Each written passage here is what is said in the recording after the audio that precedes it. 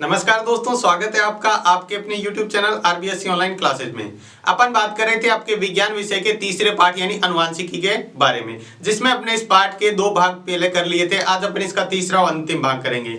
जो पिछली क्लास में अपना जो टॉपिक चल रहा था वो चल रहा था मेंडल के वंशागति के नियम, जिसमें अपने पहला जो नियम था प्रभाविता का नियम वो भाग कर लिया था। आज अपन इसका करेंगे दूसरा नियम पढ़ेंगे। जो कौन सा नियम है? मेंडल के वंशागति का दूसरा नियम यानी पृथक्करण का नियम जिसे कहते हैं। तो देखो पृथक्करण का नियम क्या होता है, पहले इसको अच्छी तरह आपको समझना है। पेपर की दृष्टि से फिर से मैं बता देता हूं, बहुत ही महत्वपूर्ण है ये तीनों नियम, आपको इसको बहुत ध्यान से करना है। तो देखो पृथक्करण का नियम क्या होता है। देखो इस नियम के अनुसार संकर F1 पीढ़ी के दोनों पौधों में दोनों विपरीत लक्षण युग्म में विद्यमान रहते हैं। ये अपने पहले ही पढ़ा था, जो F1 पीढ़ी पढ़ी थी अपने F1 पीढ़ी, तब उसमें पढ़ा था जो पौधे प्राप्त होते हैं वो कौन से होते हैं? टी, यानी जो युग्म होते हैं वो कैसे होते हैं? विपरीत लक्षण के, एक लंबा है तो दूसरा बोना, एक दूसरे के विपरीत होते हैं, ठीक है, विद्यमान रहते हैं। ये लक्षण F2 पीढ़ी में पृथक हो जाते हैं। अब देखो, अब आपने क्या किया, जैसे मैं उदाहरण से आपको समझाता हूं। मान लो मैंने एक पौधा लिया लंबा, ठीक है, और दूसरा है बोना, ठीक है। लंबे पौधे को मैंने लिख लिया टी से और इसको लिखा टी से। ये जो है वो समयुग्मजी है। समयुग्मजी में अपने परिभाषा में पढ़ा था, दोनों युग्म एक जैसे हो तो समयुग्मजी, और ये भी समयुग्मजी है, दोनों ही समान है तो समयुग्मजी। अब क्या होता है कि जब इनके बीच में क्रॉस होता है, संकरण होता है, तो क्या होता है कि ये जो टी है और इसका जो टी है आपस में क्रॉस होने से आपको पता है क्या बनता है? ये आपने पढ़ा था ये टी। ये देखो इनकी कौन सी पीढ़ी है? पेरेंट्स पीढ़ी, और ये हो गई इससे प्राप्त F1 पीढ़ी।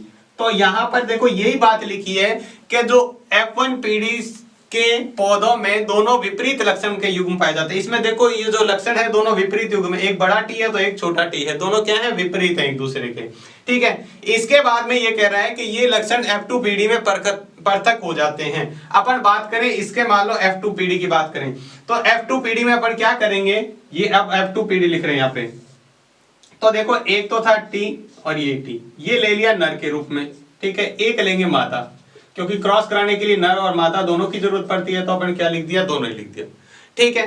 अब क्या है कि जब ये क्या करते हैं, इनका युग्मक बनता है, नया युग्मक बनता है, तब ये दोनों क्या हो जाते हैं? अलग अलग हो जाते हैं। अलग अलग होने का मतलब ये टी अलग युग्म बनाएगा और इसका एक अलग युग्म बन जाएगा। इसी तरह इनके भी क्या हो जाएंगे? अलग अलग युग्मक बन जाते हैं। इसी को ही क्या कहते हैं? ये लक्षण क्या हो जाते हैं? पृथक हो जाते हैं। F2 पीढ़ी में क्या हो जाते हैं? अब F1 से आगे क्रॉस कराएंगे तो F2 पीढ़ी में ये क्या हो जाएंगे? पृथक हो जाएंगे, अलग अलग हो जाएंगे। इसे अपन कहते हैं पृथक्करण का नियम या युग्मकों की शुद्धता का नियम, क्योंकि दोनों युग्म अलग अलग हो जाते हैं, ठीक है, पृथक हो जाते हैं। अलग अलग होने के बाद में शुद्ध युग्म बनते हैं, तो इसको कहते हैं युग्मकों की शुद्धता का नियम। अब देखो जब इसमें क्रॉस होता है तो देखो किस तरह से, मान लो इस टी और इस टी में क्रॉस होगा तो बताओ, देखो दोनों बड़े टी आ गए तो ये युग्मक प्राप्त होगा।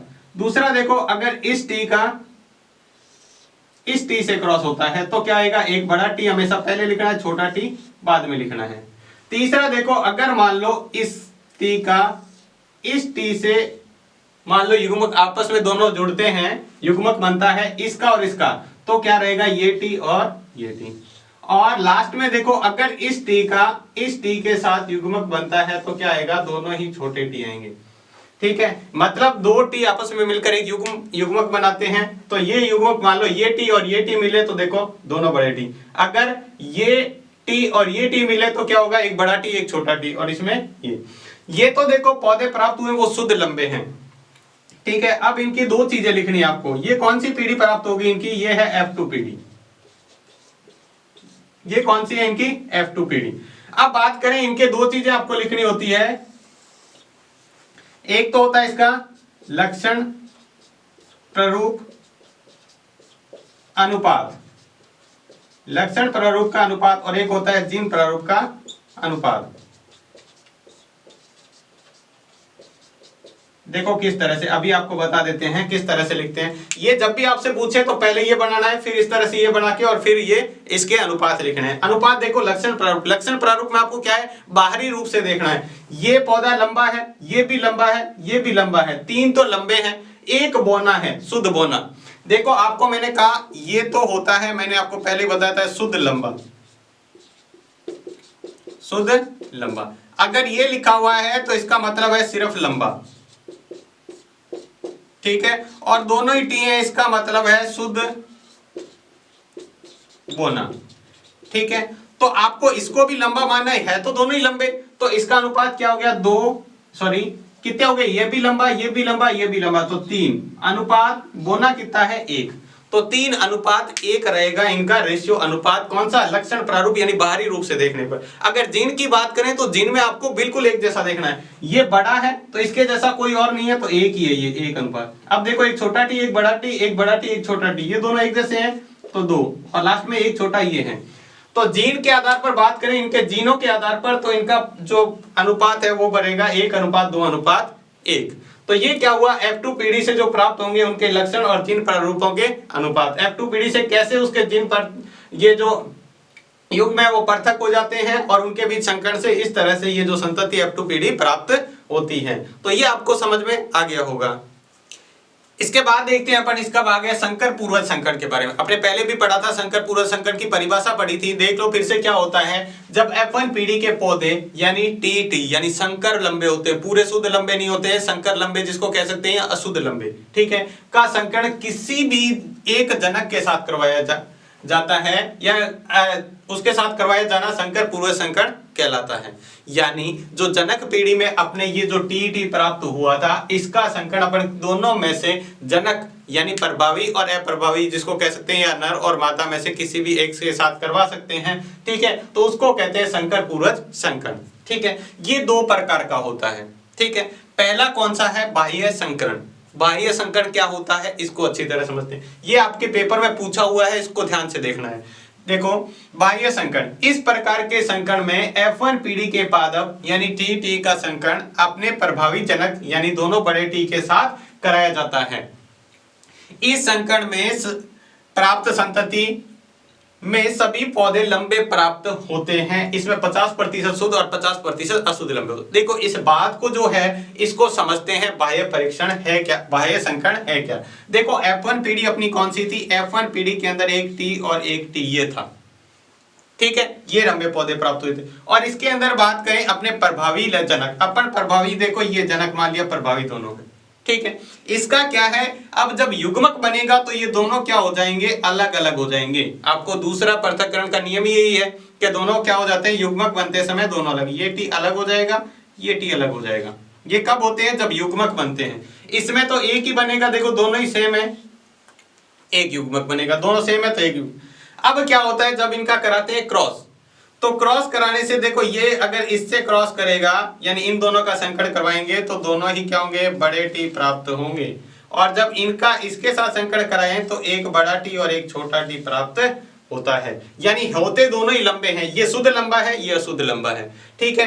तो दोनों क्या प्राप्त होते हैं, लंबे पौधे प्राप्त होते हैं। अगर बात करें, देखो इसके अंदर लिखा है इसमें 50% शुद्ध लंबे यानी बड़े टी वाले और 50% अशुद्ध लंबे। अशुद्ध लंबे का मतलब क्या होता है, एक टी बड़ा और एक टी छोटा। इसका मतलब ना तो पौधा पूरा लंबा होगा ना ही पौधा पूरा बोना होगा, ठीक है। अब देखो तो इसका लिखते हैं लक्षण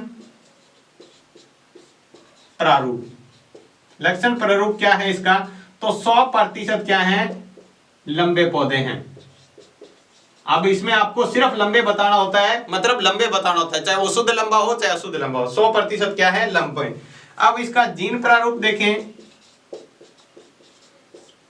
तो जीन प्रारूप क्या है, प्रारूप होता है, जीन प्रारूप क्या है, इसमें क्या होते हैं 50%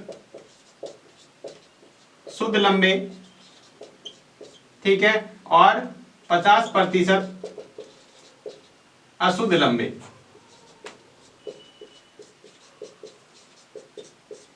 50% शुद्ध लंबे और 50% क्या होते हैं, अशुद्ध लंबे होते हैं। किसके अंदर, जीन प्रारूप के अंदर। देखो जो F1 पीढ़ी प्राप्त हुई थी ये थी अपनी F1 पीढ़ी, ये ठीक है। इसका जनक के साथ, जनक के प्रभावी लक्षण के साथ, ये इसकी जनक है। देखो अपने F1 पीढ़ी में किस किस का करवाया था, एक तो ये था, दूसरा ये था, इन दोनों का क्रॉस हुआ था आपस में, तो इसके जनक था ये, एक युग्मक इसमें था ये, इन दोनों का संकरण हुआ था तब अपने प्राप्त हुई थी ये प्राप्त हुई है। ये तो पेरेंट्स पीढ़ी हो गई इसकी, ठीक है, और ये है F1PD। अब यहां से ध्यान से समझते जाना, F1PD,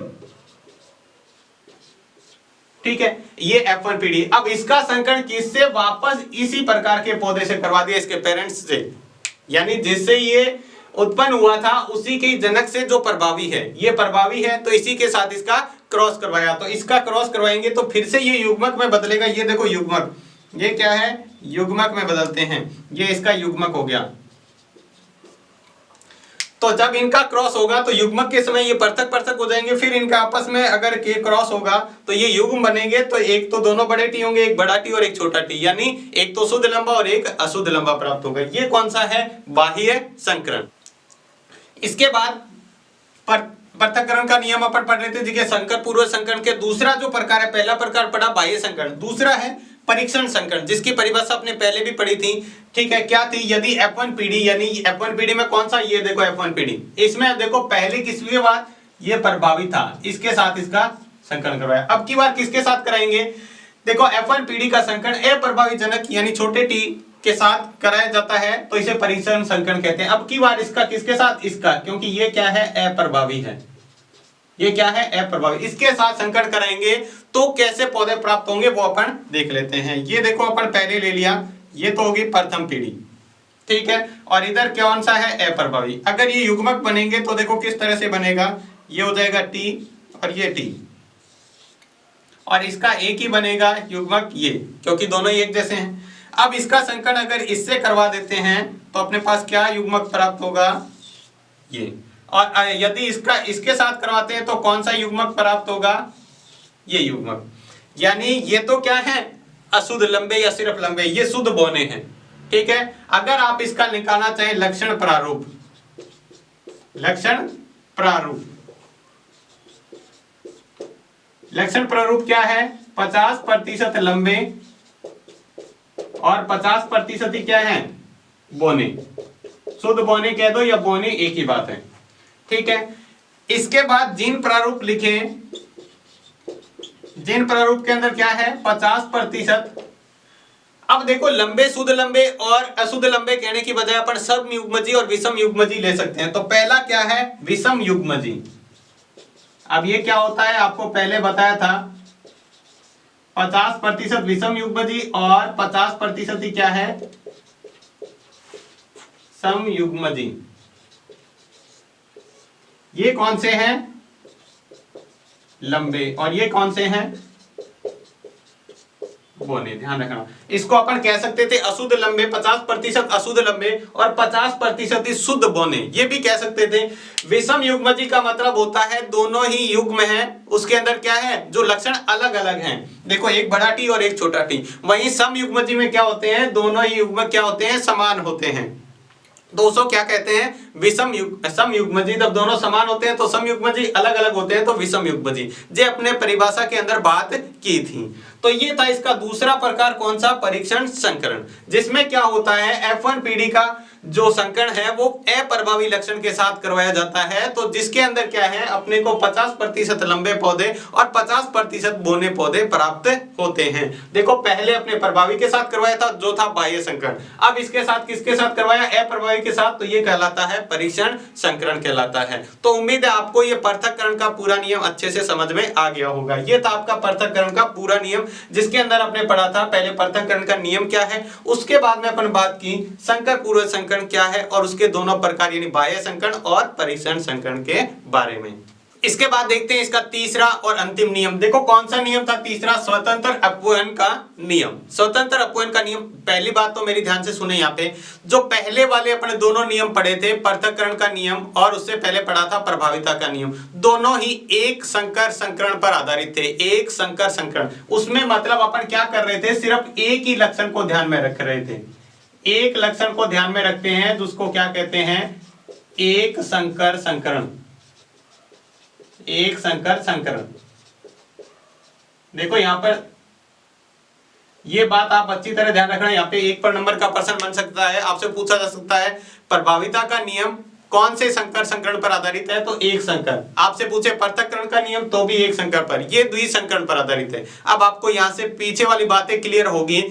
देखो एक संकरण का मतलब क्या होता है, एक लक्षण की वंशागति का अध्ययन करना। अपन एक संकरण कह रहे थे, एक लक्षण मतलब अभी तक अपने सिर्फ पौधों की लंबाई को लेकर बात कर रहे थे, लंबाई को ले रहे थे, नहीं या पौधा लंबा होगा या शुद्ध लंबा होगा या अशुद्ध लंबा होगा या बौना होता, सिर्फ बात लंबाई की कर रहे थे। एक ही गुण था जिसके अंदर अपन लक्षण कह दें या गुण कह दें, एक ही था, वो लंबाई को लेकर कर रहे थे। अब अपन क्या करेंगे, जो अगला स्वतंत्र अपवन का नियम है, ये द्विसंकर संकरण पे परिणामों पर आधारित है। इसमें दो लक्षण लेंगे अपन, दो कौन कौन से, एक तो बीज का कलर हो गया और दूसरा बीज का आकृति हो गई, बीज की आकृति कैसी है या बीज का आकार कैसा है, उसके ऊपर, दोनों के ऊपर निर्भर। देखो ये सबसे पहली बात, ये द्विसंकर संकरण के परिणामों पर आधारित है। इसमें दो बातें अपन लेंगे, इनके अनुसार दो जोड़ी विपर्यासी लक्षण वाले दो पौधों के बीच संकरण कराया जाता है। दो विपर्यासी मतलब दो अलग अलग लक्षण के दो जोड़ी विपर्यासी लक्षण, दो जोड़ी होनी चाहिए, उसके विपर्यासी लक्षणों के बीच क्या कराया जाता है, पौधों में संकरण कराया जाता है। तो इन लक्षणों का पृथक्करण स्वतंत्र रूप से होता है, तब वो लक्षण क्या हो जाते हैं, आपस में स्वतंत्र हो जाते हैं। और एक इंपॉर्टेंट बात, एक लक्षण दूसरे लक्षण को किसी भी तरह से प्रभावित नहीं करता है। जैसे पौधे की लंबाई होगी तो वो बीज के ऊपर कोई प्रभाव नहीं डालेगा, ठीक है, या फिर बीज का कलर हो गया, वो बीजों की आकृति पर कोई प्रभाव आपस में नहीं डालेगा। तो यही लाइन लिखी आगे, एक लक्षण की वंशागति दूसरे को प्रभावित नहीं करती है, इसे स्वतंत्र अपवन का नियम कहते हैं। अब देखो इसको उदाहरण से अपन समझेंगे। अब देखो अपने को क्या लेना है, दो तरह के बीज लेने हैं, एक तो है गोल और पीले। कौन से बीज, गोल और पीले। गोल और पीले को अपन लिखते हैं वाई वाई मतलब येलो और आर मतलब राउंड। देखो गोल को लिख दिया, वाई से क्या होता है, येलो मतलब पीले, और आर का मतलब राउंड यानी गोल। ये पीले और गोल हैं, ठीक है। और दूसरे कौन से हैं, ये देखो पीले और गोल वाले पौधों का संकरण झुर्रीदार एवं हरे पौधे। अब झुर्रीदार कौन से होते हैं, अब इसको मैंने लिख दिया वाई वाई और आर आर। ये कौन से हैं, आर छोटा मतलब पूरे गोल नहीं है, और वाई पूरा छोटा वाई है मतलब पूरा पीला नहीं, हरा है, ये पीला नहीं है। ये देखो कौन सा है, पीला और गोल। ये कौन सा है, हरा और झुर्रीदार, ठीक है, हरा और झुर्रीदार है, ठीक है। अब आप क्या करेंगे, इसके बीच में संकरण कराते हैं। तो पहले क्या होगा, इसका कौन कौन सा गुण रहेगा, देखो इसका वाई एक, ठीक है, और इसका आर, ठीक है। युग्मक बनते समय इसका दोनों एक जैसा है तो एक युग्मक बनेगा वाई, और दोनों आर है तो ये बनेगा, इसका क्या बनेगा, ये वाई और ये आर, ठीक है। आपस में जब ये जनक पीढ़ी है, ठीक है, आपस में क्रॉस करेंगे तो बताओ F1 पीढ़ी में क्या आएगा। F1 पीढ़ी देखो कुछ इस प्रकार बनेगी, पहले y दोनों लिखने हैं तो एक y बड़ा एक छोटा, दूसरे में क्या होगा r बड़ा और r छोटा। तो ये क्या है, जो संतति प्राप्त हुई है इसके अंदर क्या होते हैं, बीज जो प्राप्त हुए वह कैसे हैं, देखो पीले गोलाकार बीज आर आर वाले प्राप्त होते हैं, पीले हैं और गोलाकार बीज प्राप्त होते हैं, लेकिन शुद्ध नहीं है, ध्यान रखना। ये तो शुद्ध पीले और सिद्ध गोल हैं, ये सिर्फ पीले और गोल हैं, क्योंकि अगर दोनों वाई बड़े होते तब वो शुद्ध हैं। अक्षर भी देखो दोनों ध्यान रखना है, अगर दोनों एक जैसे अक्षर है तो वो शुद्ध है, एक छोटा और एक बड़ा है मतलब वो शुद्ध नहीं है। तो ये जो संतति है इसकी F1 पीढ़ी प्राप्त होती है। ये कौन सी है, पेरेंट्स पीढ़ी यानी जनक पीढ़ी जिसको कहते हैं, ठीक है। इनके बीच में संकरण होगा तो युग्मक में ये दोनों अलग हो जाएंगे वाई और आर, इसमें भी ये छोटा वाई और छोटा आर रहेगा। आपस में जब पहली प्रथम पीढ़ी में जो संतति होगी यानी इनके बीच में क्रॉस होगा, ठीक है, संकरण होगा, तो ये संतति इसकी प्राप्त होगी, जिसके अंदर क्या है, कौन से होंगे, सिर्फ पीले और गोलाकार बीज जो हैं वो प्राप्त होंगे, या संतति इस तरह की प्राप्त होगी। बीज का आकार कैसा होगा, इस तरह का। तो देखो अपन यहाँ पर क्या कर रहे हैं, दो लक्षण ध्यान में रख रहे हैं, एक तो हो गया बीजों का कलर और दूसरा हो गया बीजों की आकृति। तो दो लक्षण ध्यान में रख रहे हैं, इसलिए इसको क्या कहते हैं, द्विसंकर संकरण कहते हैं। तो उम्मीद है आपको ये चीजें समझ में आ गई होगी। ये तो है F1 पीढ़ी तक। इसकी F2 पीढ़ी और ध्यान में रखते हैं किस तरह से बनेगी, वो सबसे इंपॉर्टेंट है। तो पहले आप इसको अच्छी तरह समझ लें। तो F1 पीढ़ी में आपने पढ़ा किस प्रकार की ये प्राप्त हुई F1 पीढ़ी। अब देखो F1 पीढ़ी में परस्पर स्व परागण कराने पर F2 पीढ़ी प्राप्त होती है। ये जो आपको दिख रहा है F1 पीढ़ी में ये प्राप्त हुआ है। अब देखो इसका युग्मक जो अलग अलग होगा वो किस प्रकार होगा, पहले अपन उसको समझ लेते हैं, ठीक है। तो वाई आर, पहले है वाई वाई और फिर आर आर। इनके जो युग्म अलग होंगे वो किस प्रकार होंगे, देखो मैं चारों युग्म यहां लिख देता हूं। इस प्रकार के 4 युग्म अलग अलग बनेंगे। कौन कौन से हैं वो आपको बता देते हैं। ये देखो, पहला होगा y बड़ा r बड़ा, ठीक है। एक बार y लेना है, एक r लेना है, ठीक है। युग्मक दो आपको क्या करने हैं, लक्षण साथ रखने हैं। तो एक तो y बड़ा r बड़ा, दूसरा देखो y बड़ा r छोटा, तीसरा देखो, तीसरा कौन सा है, r बड़ा, सॉरी y पहले लिखना है, y छोटा r बड़ा, और चौथे में क्या है, y भी छोटा और r भी छोटा। ये 4 अलग अलग बन जाएंगे, ठीक है। इसी प्रकार इधर भी बनेंगे। ये तो आपने क्या ले लिया, नर के रूप में। इधर मादा में भी यही सेम का सेम लिखना है आपको। ये चारों के चारों क्या लिखने हैं, सेम लिखने हैं। और चौथा हो जाएगा, ठीक है। इनकी बनानी है आपकी टेबल। किस तरह से, देखो मैं आपको बताता हूं, आपको थोड़ा सा ध्यान में रखना है, बिल्कुल आप आसानी से सीख जाएंगे इस टेबल को बनाना।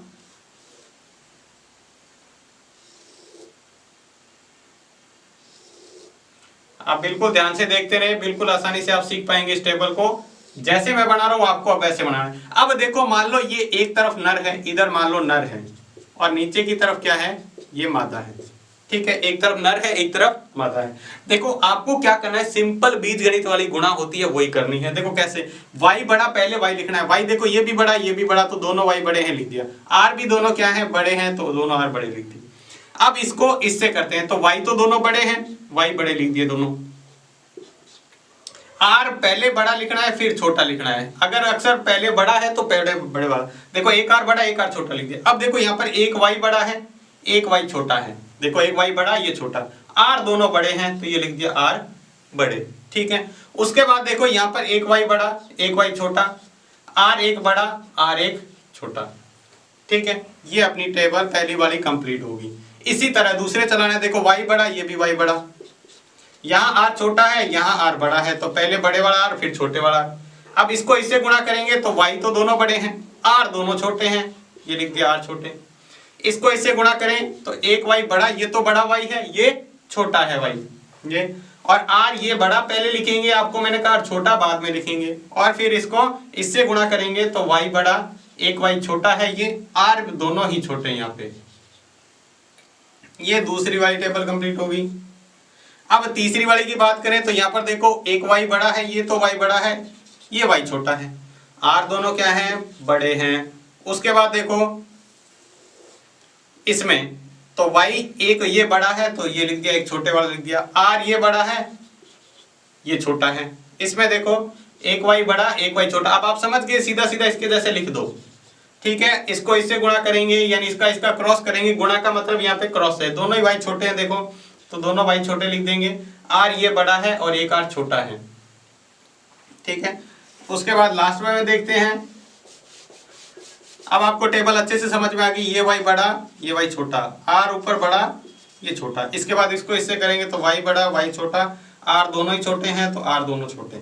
उसके बाद ये लिखेंगे तो y दोनों छोटे हो गए, r एक छोटा, पहले बड़े वाला r लिखने हैं, ध्यान रखना, और एक r छोटा। लास्ट में देखो y भी छोटा दोनों, r भी छोटा दोनों। ये आपकी टेबल होगी कंप्लीट। जब F2PD में करवाएंगे तो F2PD ये प्राप्त होगी आपकी। तो इस तरह से ये था आपका कौन सा, दूसरा स्वतंत्र अपवयन का नियम। अब आपको क्या करना है, इसके लक्षण और जिन प्रारूप लिखने हैं। क्या लिखने हैं, लक्षण और जिन प्रारूप। पहले लिख लेते हैं लक्षण प्रारूप अनुपात। लक्षण प्रारूप में आपको क्या करना है, एक y और एक क्या होना चाहिए, r बड़ा होना चाहिए। देख लेते हैं कितने हैं, एक जैसे एक y और एक r बड़ा होना चाहिए। तो देखो इसमें देखो पहले वे सारे दोनों ही बड़े, दोनों तो चलेगा ही चलेगा। एक y 1 2 3 4 5 6 7 8 ये 9। दोबारा से देखो 1 2 3 4 5 6, उसके बाद 7, ये 8, ये 9। इस 9 के बाद में कोई भी y और r दोनों बड़े नहीं, एक y और एक r, तो पहले लिखेंगे 9। ये इसका अनुपात निकालेंगे तो 3:1। अब दूसरे में क्या करना है आपको, एक y बड़ा देखना है। कौन सा, एक वाई बड़ा देखना है। तो एक वाई बड़ा, देखो जो पहले गिन लिए वो दोबारा से नहीं गिनने हैं, ध्यान रखना आप, जो पहले गिन लिए वो दोबारा नहीं गिनने हैं। एक वाई बड़ा होना चाहिए, आर दोनों छोटे। तो एक वाई बड़ा कौन सा है, आर दोनों छोटे, ये रहा एक, तो ये अपने पहले नहीं गिना था। इस तरह से एक वाई बड़ा और दोनों आर छोटे, ये रहा दूसरा।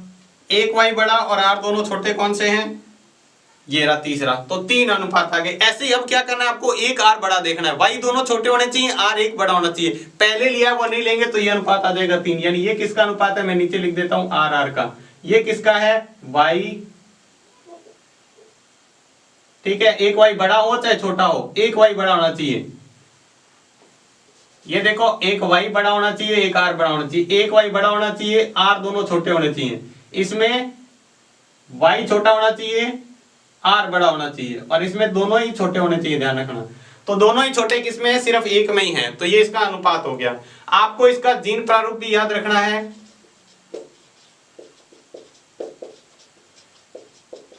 जीन प्रारूप में आपको क्या करना है, सारे अलग अलग है वो अलग अलग लिख रहे हैं। इसके अनुपात आएगा 122 अनुपात 412, आप ऐसे याद रख लें, अनुपात 121। इस तरह से आप याद रख सकते हैं। ये कौन कौन से के अनुपात है आप देख सकते हैं, ठीक है। दोनों बड़े वाई ये रहे, ठीक है। दोनों वाई बड़े, एक आर बड़ा और एक आर छोटा, इस तरह से आप देखेंगे। तो 122 अनुपात 412 लिखना है, फिर 121 लिखना है, ठीक है। वापस इनको जोड़ के देख ले, ये कितने बॉक्स है, 16 बॉक्स है। तो ये 16 होने चाहिए। 1 और 2 3 4 5, 5 और 4 9, 9 और 1 10, 10 और 6 कितने हो गए, 16। तो इस तरह से ये था आपका पूरा लक्षण प्रारूप और जीन प्रारूप। आप इस तरह से याद रख सकते हैं, 122 412 121, इस तरह से आप याद रख सकते हैं। तो ये था आपका पृथक स्वतंत्र अपवहन का नियम। इसके बाद देखते हैं अपने जो मेंडल के ये नियम पढ़े, तीनों नियम। पहला, सबसे पहले प्रभाविता का नियम, दूसरा पृथक्करण का नियम और तीसरा स्वतंत्र अपवहन का नियम। तो इसके क्या महत्व है, जो मेंडल ने नियम दिए उनके क्या महत्व है, उनसे अपने क्या क्या फायदे हैं, तो वो देख लेते हैं, ठीक है। मेंडल के वंशागति के नियमों का महत्व, सबसे पहला है अनेक घातक और हानिकारक जीन को अप्रभावी करना। यानी अपन क्या कर सकते हैं, अगर कोई जीन है वो घातक है या हानिकारक है तो उसको अपन क्या कर सकते हैं, अप्रभावी, ठीक है। जिससे क्या हो जाएगा, जो प्रभावी जीन है वो अप्रभावी को क्या कर देगा, उसको प्रकट नहीं होने देगा, और वो जीन क्या रहेगा, प्रभावी रहेगा। तो अपन उसको क्या कर सकते हैं, घातक और हानिकारक जीन को अप्रभावी कर सकते हैं इस नियम से। दूसरा है मेंडल के पृथक्करण नियम से जीन संकल्पना की पुष्टि हुई। पहले जीन के बारे में पता नहीं था कि इस तरह से जीन होता है, वो एक लक्षण को नियंत्रित करता है और एक जीन के अंदर युग्म विकल्प भी पाए जाते हैं, ऐसी जानकारी बिल्कुल नहीं थी। उसके बाद में जैसे मेंडल ने नियम दिया, उसके बाद में जीन की भी पुष्टि हुई और उसके आधार पर अपन बहुत सारे परिवर्तन ला सकते हैं। उसके बाद है संकर संतति की उत्पत्ति। देखो पहले या तो अपन पौधे पढ़ते थे शुद्ध लंबे या फिर शुद्ध बौने। अब इन दोनों के संकर से अपने को एक और प्रजाति का पता चला, जो इसको कहते हैं अशुद्ध लंबे या संकर संतति जिसको कहते हैं। इसकी एक और संतति प्राप्त हुआ, इसको कहते हैं संकर संतति, जिसको अपन शुद्ध अशुद्ध लंबे भी कहते हैं। तो इस प्रजाति का पता किससे चला, इनके नियमों के आधार पर इस जाति का विकास हुआ। उसके बाद है अनुपयोगी लक्षणों को हटाया जा सकता है। अगर मान लो किसी के अंदर कुछ अनुपयोगी लक्षण है तो उसको अपन क्या कर दो, अप्रभावी करके उसको हटा भी सकते हैं। उसके बाद है इसमें रोग प्रतिरोधक तथा उच्च किस्मों की फसलें भी विकसित की जा सकती है। इसके आधार पर अपन क्या है, आजकल अपन मार्केट में देखते हैं अपने जो कृषि विशेषज्ञ होते हैं, यानी जो फसलों के डॉक्टर होते हैं, वो आपको कहते हैं ये फसल बोइए, ये फसल बोइए, नई नई फसलें, हाइब्रिड फसलें आती हैं। उसका क्या मतलब होता है, ये इसी तरह के मेंडल के जो प्रयोग करके उनकी जो फसलें बनाई जाती है, जिनसे अपने की क्या होती है, पैदावार अच्छी होती है। तो ये क्या करते हैं, वो क्या करती है, एक तो रोग प्रतिरोधक क्षमता उनकी क्या होती है, अधिक होती है, यानी जल्दी से वो किसी से बीमारी से खराब नहीं होते, और दूसरी उनकी किस्में अच्छी होती है जिनसे उसका उत्पादन भी अच्छा होता है। उसके बाद इससे मानव जाति में भी सुधार किया जा सकता है। आपने जो इंसान की प्रजातियां हैं इसमें भी क्या किया जाता है, इससे सुधार किया जा सकता है, जो मेंडल ने अपने वंशागति के नियम दिए थे इसके आधार पर। तो ये था आपका पूरा तीसरा पार्ट। उम्मीद है आपको अच्छे से समझ में आ गया होगा। तो आज की क्लास आपको कैसी लगी हमें कमेंट बॉक्स में लिखकर आपको जरूर बताना है। अगर आपको क्लास अच्छी लगी है तो लाइक करें, और अभी तक चैनल को सब्सक्राइब नहीं किया है तो सब्सक्राइब जरूर करें। तो आज की क्लास में बस इतना ही। धन्यवाद।